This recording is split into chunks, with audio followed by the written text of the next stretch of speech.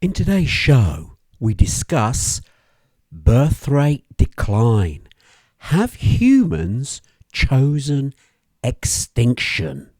And now, the TNT Talk Show, daring to go where other podcasts fear to tread.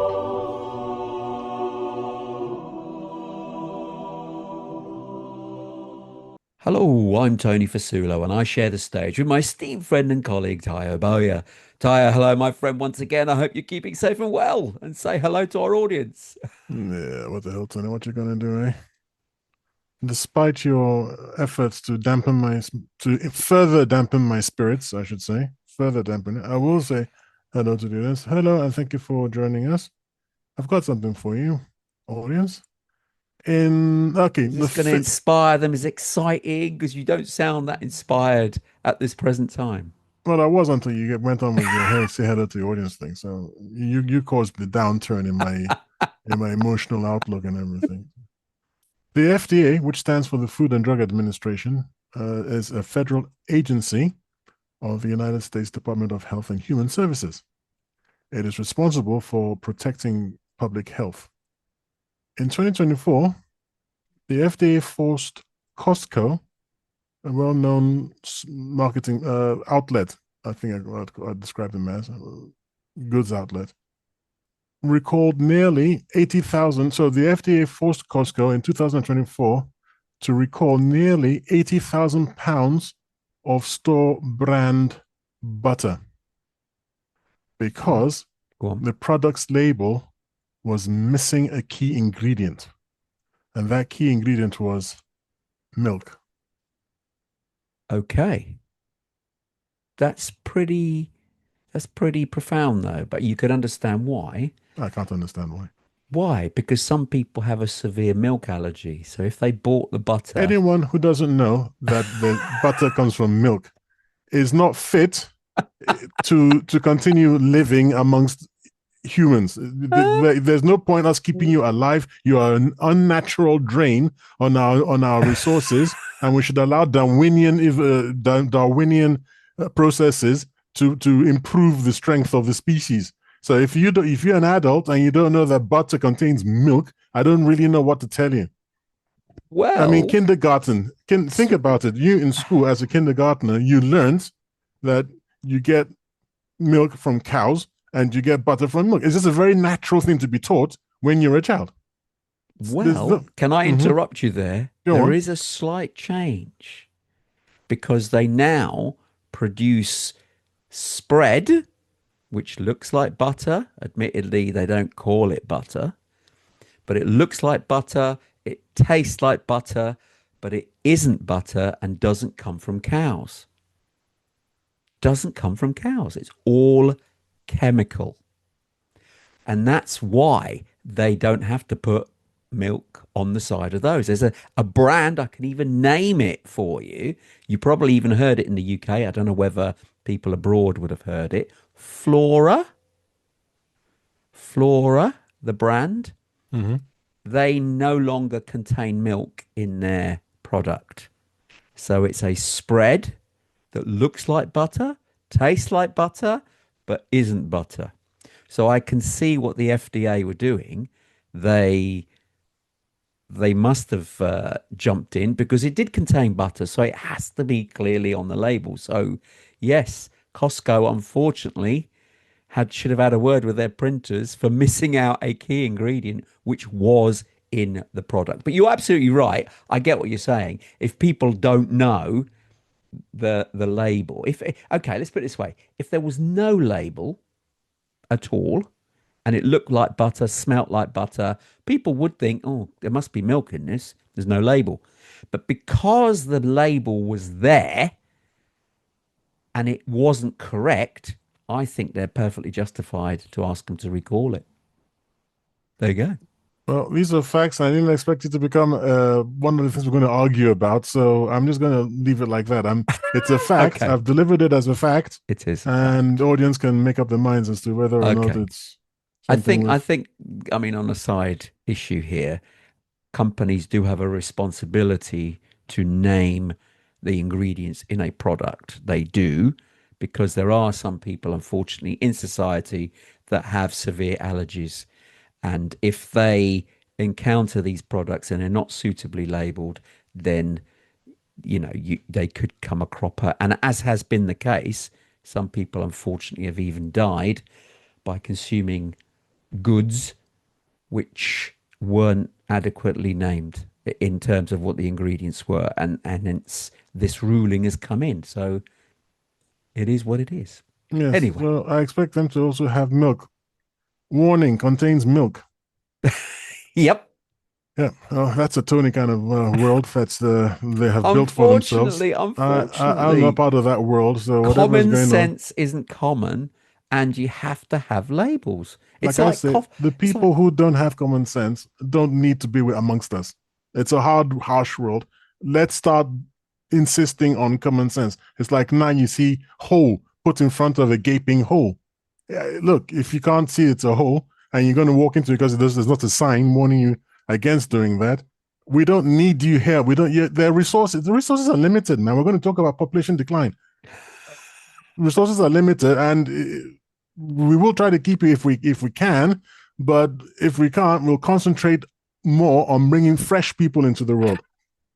Fresh, okay. good people. Well, exactly as Tayo has said, that is the title of today. We are Mm-hmm. discussing birth rate, but the actual title of our show for today is Birth Rate Decline. And it's quite dramatic. Have humans chosen extinction? Now, Tayo, your topic, of course, with that rather fetching title, why do you Hmm. believe, why do you believe that even though there is a birth decline, why do you think humans have actually chosen extinction because of it? Well, throughout this episode, I'm going to be referring to South Korea as the poster child for my arguments. And in South Korea, it's not as typical where population is in decline, is in sharp decline. It's it's not that people don't understand what's happening to their country. It's not that they can't biologically have children. They're not suffering from some kind of weird science fiction type disease where they are biologically incapable of having children. It's that they don't want to have children. And extrapolating that to countries globally where there is a marked decline in population means that we are choosing extinction over survival of the species. And that's going to be my I will sort of come in there. Now, you're making a big leap, really. Let's be perfectly honest, because people can choose whether to have children or not. That's their choice. As a couple in a relationship, they can say, look, we don't want children. They're not thinking of the species as a whole. And just because some people are choosing not to have children, it isn't their responsibility as a single, or sorry, as a couple to repopulate a country, for instance. It's not their role. They just happen to do what happens naturally. And if they think sensibly and think, well, we don't actually want children because of XYZ, those reasons could be several, could be financial, could be commitments that wouldn't allow a child to be brought up in a proper environment. So they choose not to have children. That doesn't mean they're responsible for society. That's a higher level issue at governmental level. So if governments are realizing that their populations are in decline, then they need to somehow incentivize, if you can, your population to have children. yeah. The thing is, my point being, that for whatever reason, so it's not a question of saying let us sit down and pick on this or that or split hairs over this or that about why. I'm more high level. I'm more high level than that. I'm taking a more high level view than that. I am only interested in the reality of the situation. The reality of the situation is that worldwide, and taking South Korea, taking South Korea as an example, worldwide, there is this fact that amongst countries where the population is in decline, it is due to a lack of not requirements, but a lack of desire. There we go. It is due to a lack of desire to have children. And so that's just the fact of the matter. So here I'm saying there is a global decline. I mean, this is the title of the show. Birthrate decline. Are humans choosing are people choosing the extinction of the species? Yes. And I'm saying, yeah, because that's exactly what's happening.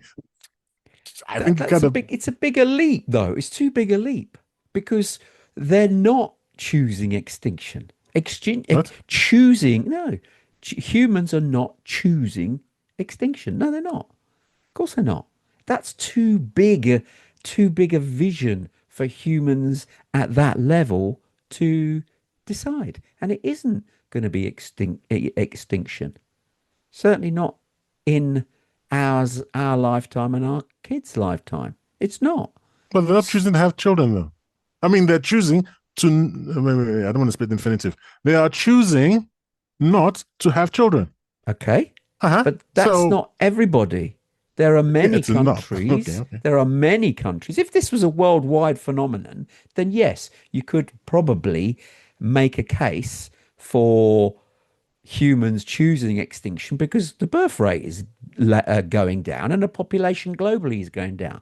That's actually not the case. It only appears to be in developed countries. I've got figures which I'll share a bit later that seems to confirm that point of view. Developed countries are not replacing their aging population with youngsters because they're not having kids, so they're choosing not to. But they're still the population on the planet as a whole is still growing, and the figures indicate that it is still growing and will still grow for a substantial period. So the extinction argument presently doesn't really hold. It's something we need to be considering perhaps for the future, but at present, it isn't an issue because the population globally as a whole, as a species, because you've said extinction, no, because some countries, and a fair number of them, are still growing. So Tony, two things. First being that you said that it's too high a level, that my argument is too high a level. That when I say people don't want children, you're like, oh yeah, that's too high a level, yada yada. Well, let me tell you what, this is it's not too high a level. It's the only level that actually matters. You can't talk policy, economics, housing, yada yada, and all that sort of thing. When we're saying people aren't unable, like I said before, incapable, they're not incapable of having children. It's They're choice. actually not, it's a choice. Yeah. So it's not too high a level. It's the fact, it's the foundational fact of my position. And then you've come along with your counter argument that the population is growing, and you were kind enough to let me know that that's one of the things you're going to bring up. So I was able to look into it very quickly, and it's technically true that in many societies, especially, I think, what's the word? There's a new phrase we use nowadays.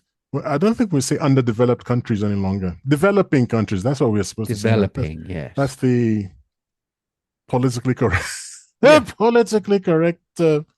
Why is it a developing country? Because it's underdeveloped. Well, why the hell don't we call it underdeveloped then? It It's a hurts their bit derogatory as a term. it hurts That's their all. feelings. Oh, No, it's not. oh. If you're a leader of one of these countries so-called underdeveloped, Mhm. it Stop seems a bit ripping them off. derogatory. Stop ripping them off and start developing your flipping country. And yeah, I Well, am. Oh, I they're shouldn't say happy to sell off a lot of their resources at the highest bidder, then that's a problem for them. But th th- you it's know worse that than that that. If I wasn't traveling to Nigeria very shortly, I'd tell you something. But let me get back first. let me let me get back, and enjoy then your I'll. holiday, folks. We'll probably be doing future shows from Nigeria. Kitty, for Nigerians will recognize this. We'll probably Attire will probably be coming to you straight from Kirikiri prison. It's a famous prison in Nigeria.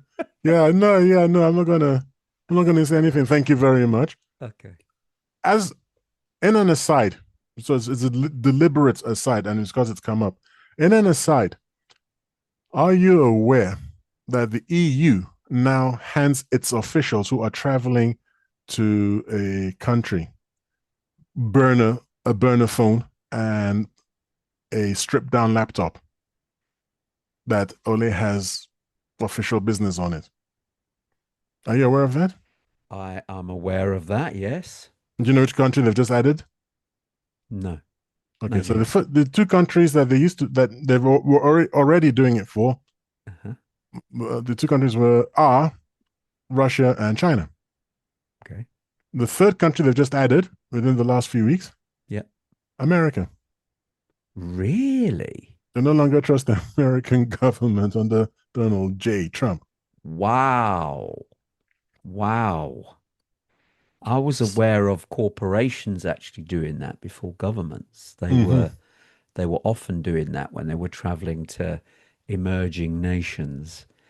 And certainly that wasn't the case going to America. But if this is true, that the EU have now decided to adopt this strategy for America, seems a bit absurd. But they're not trusting Ooh. them.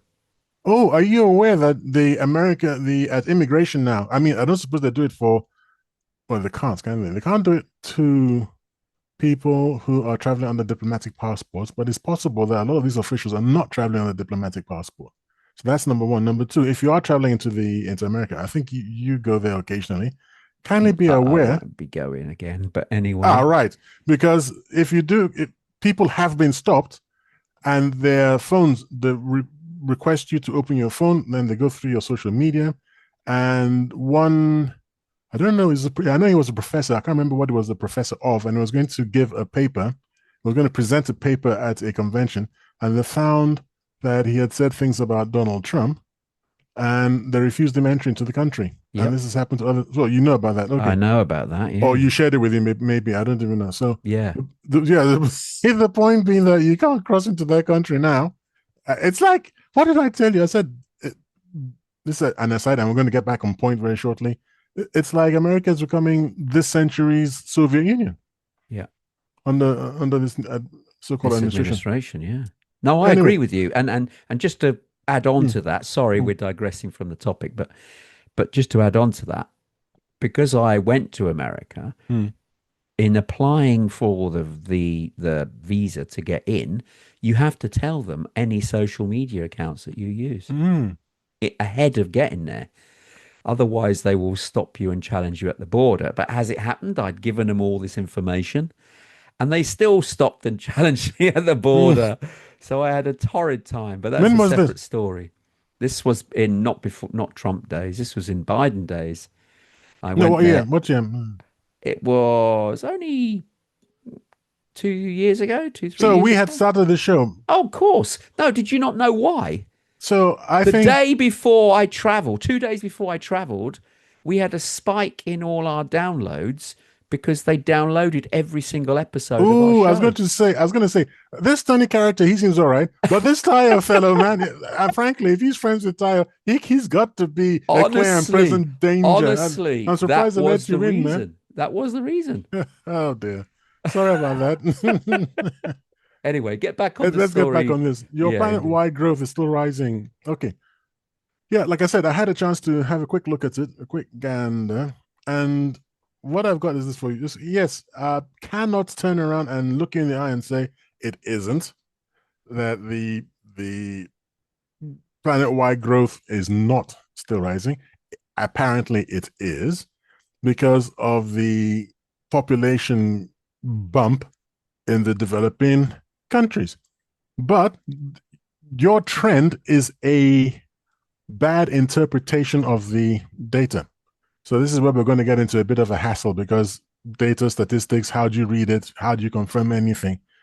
However, my general thrust in the counter argument, in my general counter argument, is that the momentum is such that it will undermine, undercut, and deliver a global slowdown by the end of the century.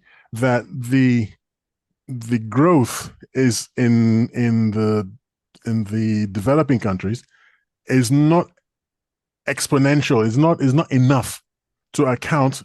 Ultimately, it won't be enough to account for the depopulation in those countries that are facing depopulation. So you can't measure the strength of a business by looking at last year's profits, while orders for this year and future years are drying up. So maybe Boeing sold, I don't know how many planes, 80, 90, 100. I don't know how many planes they produce annually, but let's say they produced 200 aircraft last year, but China has just canceled their 96, I think it was, they were going to sell to China over the next couple of years, plus maintenance and all that. So you take that into account, and all of a sudden Boeing is looking that healthy. Not that it ever was, what I'm saying. Same thing with the population thing. That the hollowing out is a cumulative effect that happens over time, and you don't have the people to produce the people. Means that the next generation has even fewer people to reproduce people, etc., etc. So that's the problem. That on the one side, it's a hyperbolic decline in the growth. In the depopulation stats, and in the other at the other end of it is just a straight line graph growth. So the hyperbolic decline is going to be far worse than the straight line growth. Do you understand what I'm saying? I understand what you're saying, but maths, I'm still thinking it's a bit doomsday viewpoint. Let's be honest. Think about this logically. By 1930, the world population had just hit 2 billion. 1930. 1930, Mm-hmm. 2 billion. Mm. So the population of the planet has grown, now currently stands at 8.1 billion. No, I didn't know we'd left the sevens. Yeah, we're on 8.1 now. So already we in the space of just under 100 years, we have quadrupled the population from 2 billion to 8 billion in 100 years. Now, even if there's a decline, it's going to take a while for that decline to be, because the planet functioned pretty well on 2 billion. In fact, it's functioned pretty well on less than that. So it was 3 billion when I was born. Exactly. So it's a bit alarmist to state that this is a chosen path of extinction, because there are still, I mean, look, I'm not saying not having enough youth is not an issue, because it is, because you've got to have more people coming in as the populations age. Otherwise, you're going to end up like in the situation in Japan, which they're facing now quite badly, is where they've got an aging population and there's no younger people to come through in order to look after the older people. There's just not. So they will have to make a decision very soon whether or not to allow in foreign nationals from these developing nations in order to bump up the population and to meet this resource that they're clearly lacking because they're not producing enough of their own children.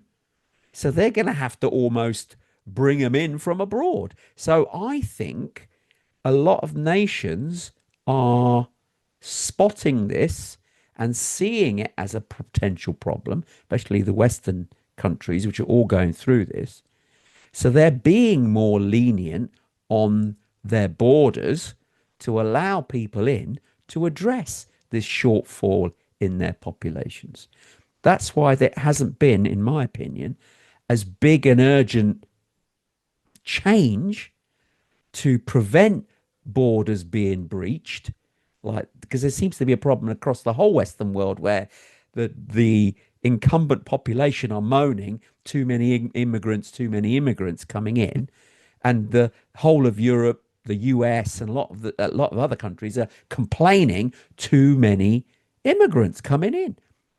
But the governments don't seem to be that keen to fix the problem because maybe they are seeing the decline in the population, despite all the scaremongering that happens that foreign people are coming in and taking our jobs.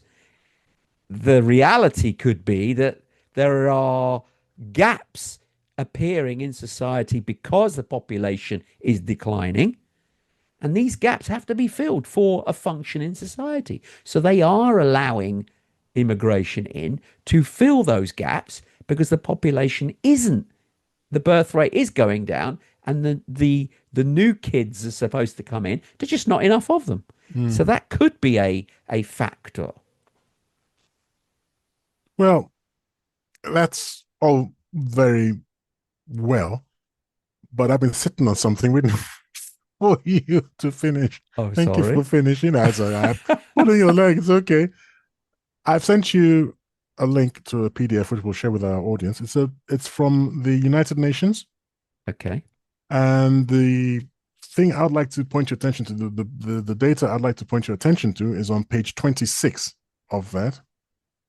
Of the World And Population Prospects 2022. yes, Obviously, summary of results. there's Yeah. always a bit of a delay before these things come out. I understand that. Yeah, this is the population expectation for what's going to happen until 2050 on page 22, on page 26, I beg your pardon, page 26. And you can see that that the UN calculates that the total fertility rate will have fallen to below 2 births per woman. And this is globally, by the way, okay? 2 births per woman. And if you look at the charts over there, it's where it is presently above 2 births per woman. And let me explain to the audience quickly. The population replacement rate for any society anywhere on the planet is 2.1 births per woman. So each person is the man and the woman, they're replacing themselves with the 2 children. And the 0.1 is because not everyone, unfortunately, makes it to the age of reproduction, and not everybody who is born will live long enough to reproduce. So when everything all said and done, the figure given is 2.1 births per woman. So if your population, if in your society the women are having 2.1 or larger, yes, larger number is larger number of larger number, yes, larger number of births, your society is fine. It will replace itself. Yes, it will replace itself. It will be growing actually. If it's below 2.1, it won't replace itself. And if it is exactly on 2.1, it will just about manage to just about keep the population the same. So looking at this graph here, the projection of the United Obviously, Nations. our listeners aren't going to, our listeners. Yeah, I'm just viewers, explaining to them. Yeah. Is right now one of the highest population regenerations is taking place in sub-Saharan Africa. But by 2050, it's the number of children per per woman has dropped to about 3.2, 3.3, something like that. But everywhere else where it's above the 2.1, it's all trending down towards 2.1. It is plateauing, just so that the benefit of our audience. I mean, please look at this Mm. attachment that's with the blurb of our show, but have a look on page 26 of that document. All the lines are all they seem quite high up, all multicolored lines, but they all cascading downwards. Down. It almost looks like a mountain slope about to drop down, like you're going skiing and you're Oh, going over very the edge. artistic, Tony. And yeah, I'm just trying to sort of create a picture for people who are just listening on audio here. So yeah, it all goes downwards, and it's all cascading down. So by the time, well, this chart seems to imply it stops at 2050. Mm. It's already quite low there. And so you can extrapolate down. So by about 2080 is when the the growth will have stopped and it's now in decline, which is pretty much the figures that I wanted to share, that Okay. the that even the estimations that, but the again, are rough. Remember, they don't know exactly how it's going to pan out, because there are assumptions made on the fertility rates, mortality, policy changes by governments. These all have a bearing. So if the assumptions stay the same, by 2086, the world population should have grown to about 10.4 billion. So we're talking another 50 years, it'll gone up by 2 billion, which is a lot less than the trend we've had up to now, where it's grown to 8 billion in a shorter time frame. Let's put it that way. So it will still grow. So it's slowed down, so to speak. So the growth will still grow to about 2080, 2086. And then from then onwards, it will be a downward trend. But the trend will still be gradual unless something else happens. We get, unfortunately, another pandemic, or there's war that breaks out. Obviously, those are crystal ball gazing. We have no idea of what things like that would happen in the future. But as things stay as they are, assumptions, there will be some conflicts. You might have some issues. They've worked it all out that the birth rate and the population will decline. Now, I don't know if you look at it. Sorry. Go on. Well, that was my opening what thrust, pretending that we're fencing. That was my opening my opening thrust. Here, I'd like to share with you. I would like to share with you. Ah, very good. It's not going to happen now, is it? No, it did. This is my fault. I'd like to share with you yet another PDF, and this time it's from the Lancet. Now, a lot of English people, British people would know what that is. Do you know what? Yes. Yes, the The Lancet. Lancet, yeah, of course. It's quite a high brow and very well respected editorial, but people from abroad may not be familiar with it. But it's very well renowned and The Lancet is a high medical journal. factuality. It's the Yeah. British medical journal. Yeah. And I'm sending you this. Can you click that and see if you can see? Because I can't get the picture to pop up. Can you click that? The Lancet. I've selected it, and it's talking about global fertility in Exactly. 204. Lovely. So you now you hold on. Where am I again? Here we go. Yeah, the Lancet. So this is their. It's a paper which they published, and as you say, it's a well responsible. Oh, for goodness sakes! You can It's a global download it as a facility in PDF as well. Yeah. yes, good. You can download it as a PDF. Global fertility in 204 countries and territories, 1950. So it's historical look back on where we've been, but it's also looking forward to the year 2100. Okay. So on the right hand, if you've got a browser like mine, on the right hand side, you'll see figures. Can you see figures? No, no, I can't. Okay, let me see if I can. If I click on it, and if I copy the image address, Well, we can't share this. That's the problem.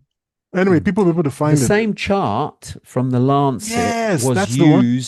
was But used in the document from the UN. I and look at it, think it continues to 2100. yes. What does it show? You want to share? It shows that by 2080, which was the figure that I shared, everybody, including the developing countries, which is um, Africa, etc., like that are up and coming, Yep. even they too, sub-Sahara Africa, Yep. even they too will decline and go below the 2.1 figure that Tayo has explained is needed to ensure that your population is grown. So that point there will be a decline, which is what we were saying. That's the inflection point. Yes. Okay. And if you So, get below that, it is incredibly difficult to actually climb back up again.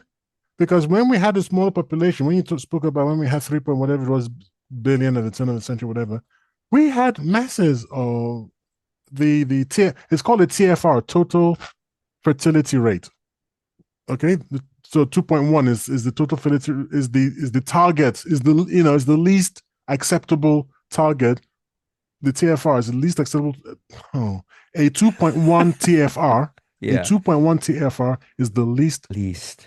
Yeah. acceptable target for any government to be planning to have for its population. So, if you think back to, let's say, the Victorians in the UK, they were having like 8, 9, 10 kids per Well, family. okay.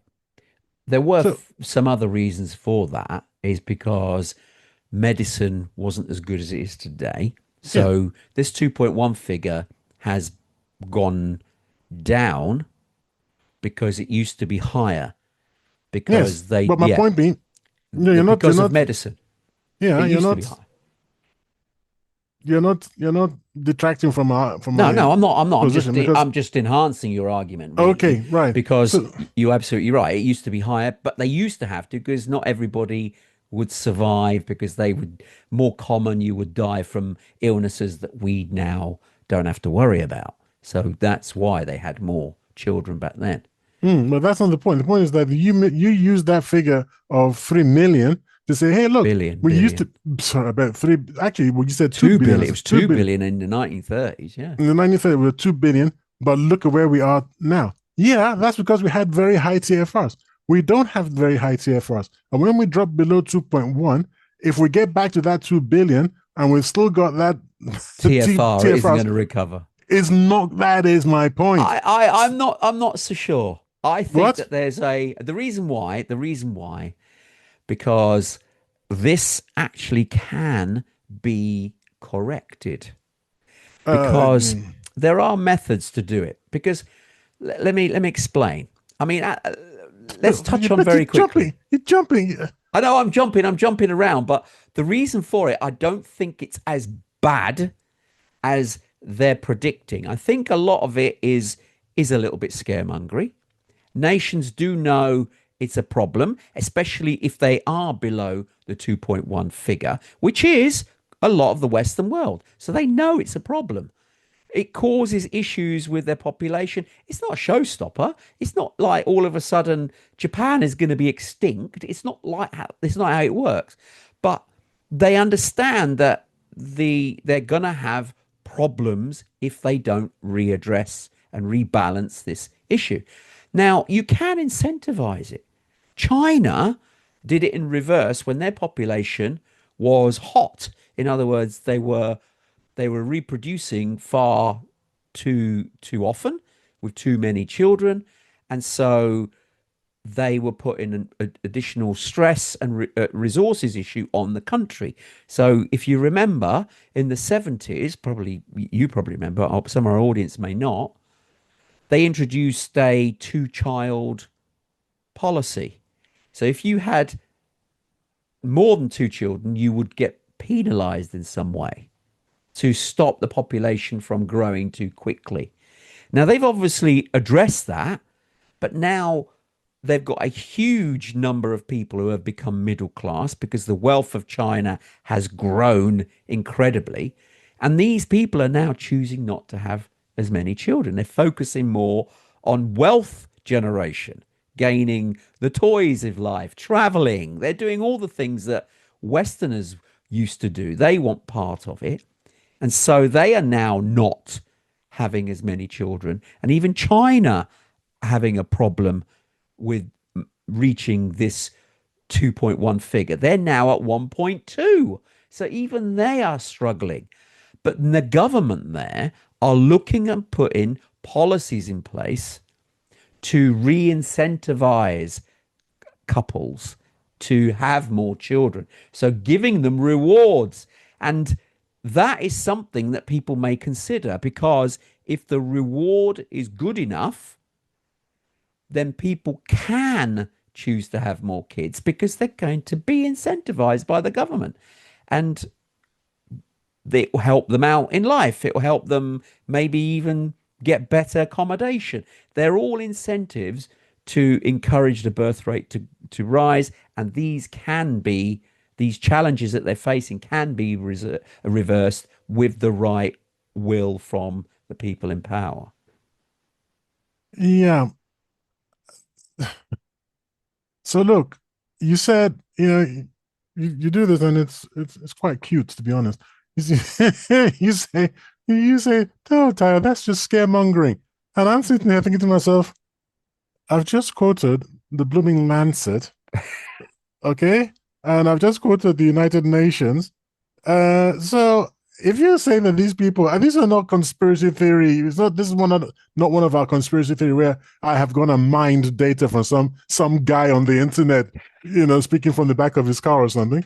If these are bloggers or fringe activists or something, these are major conventional establishment organizations. And if you're claiming they are scaremongering, who do you want me to what No, where do you want me to no, I didn't say that. I said you're scaremongering. Well, I'm What they're quoting what these doing, people are saying. no, what they're doing is providing the facts and saying, if you notice in any of their literature, it doesn't say we are going to be extinct. I think those are your words, and they say it's a problem.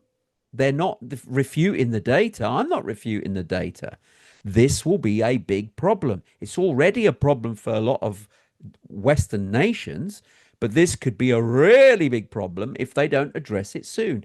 They didn't say in any of the literature this is an extinction level situation. It could be later on in life, but they're not going to use that terminology. You are using it for today, which I think is too scaremongering and too premature. There is still time to turn it around. It's not going to be easy. I take that, but it's not an extinction level event yet. But it could be, but we're not there yet. Okay, so yeah, okay, I'm scaremongering. I'm looking at the data. I'm going, uh-oh, this isn't good. I'm not saying Okay, it's a bed of and roses. Of course not. you're looking at the data. I'm going, uh-oh. I'm an optimism coach. I prefer to see that this isn't the train coming off a cliff, whatever. The foolish. I don't know. It's not foolish. I'm foolish because I can't remember the blooming metaphor for it. This isn't the car going off the cliff edge. This is one of them newfangled airplane machine cars or something. I'm like, where are the wings, dude? And you're like, yeah, I can't see it, but I'm sure it's there somewhere. Okay, I want to get off because I don't believe this car's going to fly. You're like, optimism, man. Hey, sunshine, Pollyanna, everything will be fine. I'm like, dude. So look, I am it not makes quite people as bad as uncomfortable. that, but I'm not as a pessimist as you are. I'm a It's half not glass full pessimism. person. I'm looking at the blooming data. I'm looking at the same Yeah, data. but you're looking at where the data falls off a cliff edge, and somehow from that you're extracting, yeah, I'll be all right. And I'm like, no, No, because of course it it's won't. very That's what I'm unlikely, saying. I'm right? saying it isn't going to be all right if we don't do anything about it. But Hmm. that's let's be honest, that's nearly 50 years away. We can change things. Of course we can. And governments will have to put incentives in place to encourage their populations to raise the birth rate. They've got to.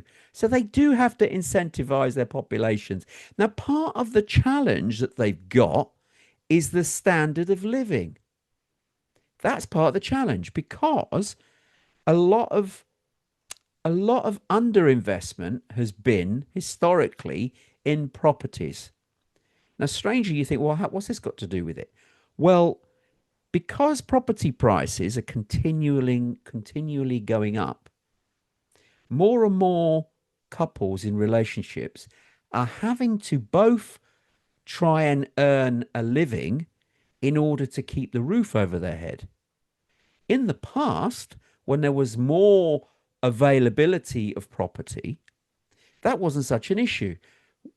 The the woman could choose if she wanted to stay at home and bring up children. It doesn't matter if you're bringing up one or two, you could bring three or four.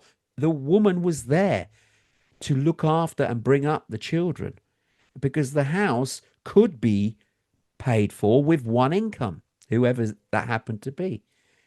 Nowadays, it's nigh on impossible to afford to run a household with just one income. So both parties are having to go to work in order to keep a roof over their head. So they are making decisions, economic decisions, on whether or not to have children because of the additional burden that they would bring financially and whether they could take the time away from a career and still live where they're living. So the government are partly to blame, not just in the UK, mind you, across the Western world pretty much, where property prices have grown unabated. There hasn't been affordable housing been made available to more and more people so that the housing market across the globe can cool, making it more affordable for people to live in property. And that way, they'll be more inclined to have more children because they can sustain and look after and bring up children. So a lot of the decisions are economically based. This is what I'm saying. If the government was somehow rewarding people, well, look, if you have more than two children, we'll give you X amount extra a month. So that's an incentive. People will go, okay, well, if I know I'm going to get extra, I don't know, several £100 in the UK, for instance, for having more children, then go for it. I can live where I am. I can pay the bills with the extra burden. I don't maybe have to go to work because I'm getting this extra money. That would then increase the population. So there are ways and means of doing it. See, you're not arguing from data anymore. You're arguing from hope. So we'll change things and we'll survive and all that sort of thing.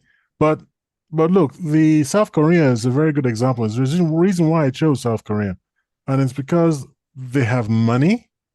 They have, well, I don't know about the policy. I was going to say they have policies, but I think I've changed my mind on that. And they have money and they have cultural campaigns. They've been trying to fix things. I wouldn't exactly say that because to be perfectly honest, there's no point lying just to try to win a debate or an argument or something. I've looked at it and I don't think that they are putting in as much money as they possibly could. And if they are, they're incentivizing in the way that you were saying, which I think is bound to fail. I'm going to give you a radical solution, but it's very radical. And explain why you think my idea of incentivizing couples to have children will fail. Because it doesn't address the fundamental problem. The fundamental problem is that people don't want kids, and you can't pay them to want kids by throwing a few £100 per whatever. Where are you getting that data that they don't from want Russia? Kids? Sorry, where am I getting? From they themselves. They're stopping women on the road, stopping men on the roads, and street interviews. And I've been watching this for a long time. It's one of the reasons why I came up with the show. I've been watching this and just asking, random people, why do you have kids? No, are you going to have kids? Hell no. I don't think the Koreans say hell no, but whatever they say in the language is the equivalent of hell no. And I go, why don't you want that? Yeah. Would they ever ask any further questions? Yeah. They say, is it economic reason or? They cite that, but they basically saying, I'm living my best life. kids will always slow me down. But yeah, if I want to, then they go back to. I know that sounds kind of awful. So really, I can't really afford one now. But it's not even I can't really. It is actually very expensive in South Korea. It's genuinely expensive in South Korea. But my feeling watching these street interviews is that it's kind of like a get out of jail free card that they're playing. And they go, yeah, I never had a lot of money if everything was fine. Let me give you another country that's definitely throwing money at the solution without much success. It's Russia. President Putin has said that his biggest fear is not NATO, is not America, that that's not what keeps him up at night. He said, what keeps me up at night is our population decline. They've got all sorts of things. They've got hero of the no, I don't remember what it's exactly called. Hero of the hero of Russia, a mother hero of Russia. Some kind of accolade you can get if you have 10 children. If a woman has 10 children, and there's incentives for people to have children. For this number of children, you get that amount for this, and the school is going to be paid for, and all sorts of things. You have over 4 kids or something, you don't have to worry about their university education and things like that. And it's not working because they got their toys to play with. Tony, like you said, I'm taking that quote from you directly. When people have the toys to play with, the reason that, in my opinion, this is an opinion, I don't have any data for it. The reason that under the oh my god, what's it again? Developing countries have problems, don't have population problems. The reason is that the main toys that they play with are the smelly bits. And that's why everything is hunky dory for them right now. You can't catch the next flights to some faraway exotic land because you can't afford it. You can't do all sorts of things that you can do in a developed country. And basically, all you do, hey, slap and tickle, which leads to consequences, and you have kids. But wasn't there a spike during the pandemic worldwide? I wouldn't be surprised. That's because people were stuck at home. I was like, do you know something? I'm a bit bored with this blooming PlayStation. How's about it? And she's like, yeah, okay, man. And 9 months later, oh my God, we got it. Yeah, well, what did you think was going to happen? Anyway, so I'm saying that no, I believe there is a way to sort it out, which I'll share towards the end of the show. And I think we are getting there, but we're not there quite. We've quite still yet. got a few minutes to go, about 7-8 minutes to go. Okay, so yeah, it won't. It's being tried, and I'm not seeing the kind of resolution to the problem that you are so well, it's never going to optimistic be a about. quick fix. Remember that. Oof. It's not. You're gonna see things happening in the next few years. So yes, you may have quoted Mr. Putin when he first cited this as being an issue. Now, granted, he's also got he's currently in the middle of a conflict. That's not helping his population, especially the young men of society going into conflict. Any conflict always reduces the male population by and large. So that's clearly not helping him. Historically, followed by something really odd, and I don't think anybody has explained it. Historically, followed by a spike in the number of male births afterwards. Is that true? You can look that up. Historically, and we can't explain it either. So after a conflict where the majority of men who The majority of deaths is amongst men. Yes, majority of deaths are males, then there's a subsequent increase in the male birth rate. I'll look it up for you as you're going. Yeah, Wow. Yeah. What is that more than sigma? Is that sigma? I can't remember now. The statistical probability of that actually happening. Is it sigma? Oh, you remember. mean the standard deviation? Standard deviation. Yes. So that's the standard deviation. Not sigma. Okay. Where's sigma? Sigma's the Well, The statistics happen to mathematical be my. statistical of something happening, of it being true. No, it's not that. But okay. Standard deviation. Yeah. So it's so more. That's weird. So you're saying, are we seeing that? Sorry, we're digressing slightly, but it's sort of related. So are we seeing an increase in male births after? Are we talking a bigger conflict, or are we talking any skirmish? I mean, I don't know, Afghanistan. No, skirmish. but no, No. but you know what I mean. Like, if we were looking at the situation that was happening in Syria, for argument's sake, is that a big enough conflict to see a huge male loss? I don't think there is. Nor Afghanistan. So it's probably a proper conflict, like Second World War. We're talking. Okay, so here we got. Oh well, they've given it a name, which I wasn't even aware of. I'm going to share this with you as usual to share with our audience. And this comes Okay. from Wikipedia. Yeah. It's called the returning soldier effect. Returning soldier First I've heard of effect. it, to be honest. Wow. So it's like I said, it's a known thing. It's not. I didn't know that they had named it. That is incredible. I've never heard of that. And certainly having a name, it must be more than just the odd quirk.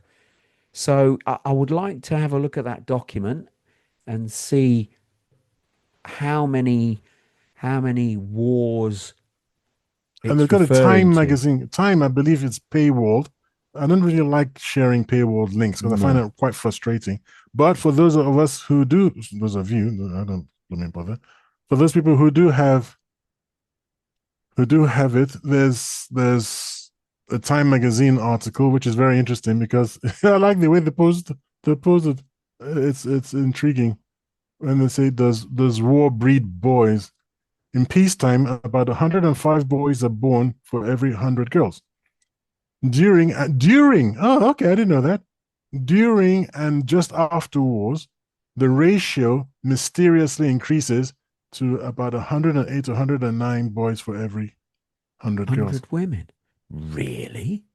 See? How? No, How we don't is know. that Nobody's explained possible? that. Nobody's explained it. That's incredible. For it to be a actually documented thing and Hmm. it's measurable. So there's more men generally born than women, but by a fraction. Yeah, that's But because we're the ones that go to war, I suppose. So, well, no, that doesn't reflect on why they're born. There's no, this, I'm saying in otherwise we'd have peacetime, died out a long no, time but in ago. peacetime, there's a propensity for the species to have more male than women, just generally. That Who was does from that bungee article. jumping more? Well, no, but men can be stupid, can't they? Yeah, I that's mean, that's what I'm trying to say. I've got whole material that I do for presentations that show why men die before women because men do stupid things where women wouldn't do, and they don't think about it. They just look for the rush. I So disagree. Being a man who supports and will never castigate other men, it's not a stupid thing. Is that we take risks and we're yes, supposed to take risks. we take That's what risks, makes us but men. sometimes they're not Who was the calculated. first person who got a stretchy band of rubber and said, "I know exactly what I'm going to do with this. I'm going to tie this to the side of a bridge and then throw myself off it, tied to this blooming thing. Then I'll bounce up and down. Whee!" And you're like, "Okay, you're insane." Who was the first person to jump off a cliff or something and open up this canopy and say, "I bet this is going to keep me going"? Parachuting. This is what men do. No, stupid. Yeah, They don't but then think we've it got through. we've got parachuting, we've got But did bungee you jumping. know? Did you know that is actually a measurable fact What is? that what happens at boys Mm. by the time they get to 25, when they get to 25, their brain changes and they become more risk averse. Prior to that, they are the risk takers in Mm. society Yeah, up because to we got to impress the 25. girls. Think Yeah. about it. So think about a village, or think about a small society, a small group. Village is perfectly okay. Think about a village. When you're going to be settled by the time you're 25, 26, you're going to have had children already, most likely, Yep. back in the old days in a village environment. So you need to impress the girls. There's a competition. So who's going to get out there, start hunting, bring back the big boar all by himself, and make all the girls swoon and go, ooh, woo, Yeah. right? It's the risk taker. Those are like too namby-pamby, and I'm just going to sit home and eat lettuce because I'm a vegetarian. You're not going to get anybody, pal. So, yeah, over a period of time, risk taking bakes into our society, into our species. And then when you're 25, you've got kids, you've already impressed the girl. You found out that actually, do you know what? This marriage thing and girls isn't all it's cracked up to be. You think, why don't I take any more risks, man? That's my point anyway. So back to what we was. We're I going to actually, wrap up very shortly. I So actually yeah. fought you to a standstill there. It made me Well, laugh. you You have, was, yeah. You need to you was, give me you need to give me the solution because you said you oh, right, the promised me that solution. solution. Yes, because we're at the top of the show, so you need to quickly sum Women are up the and give me problem. that. Sorry, no. Women are the That- problem. Women are the solution. So the problem and the solution, obviously, you're trying to incentivize women. Can't do it. What you do is you use male logic and brute force. No more going to work. They've got money. They can afford their own toys and things. And they can go on holidays. They can fool themselves into thinking they'll be happy. They find out way too late that having a career is not the same. Is not doesn't deliver the same long term contentment and happiness that having a family would, or at the very least having kids. But by the time they find out, which is generally speaking in their 40s and 50s, by that time it's too late. So what we've got what we've got to do is we've got to say, okay, we are not going to let women of fertile age work. Just that simple. You can't work. Hmm. You got what are you going to do? You're going to get married. You're going to stay at home. You're going to have kids. End of story. And we're going to do that. And I call it defense of the realm. Now that's obviously here in the UK we have a realm because we have a monarch.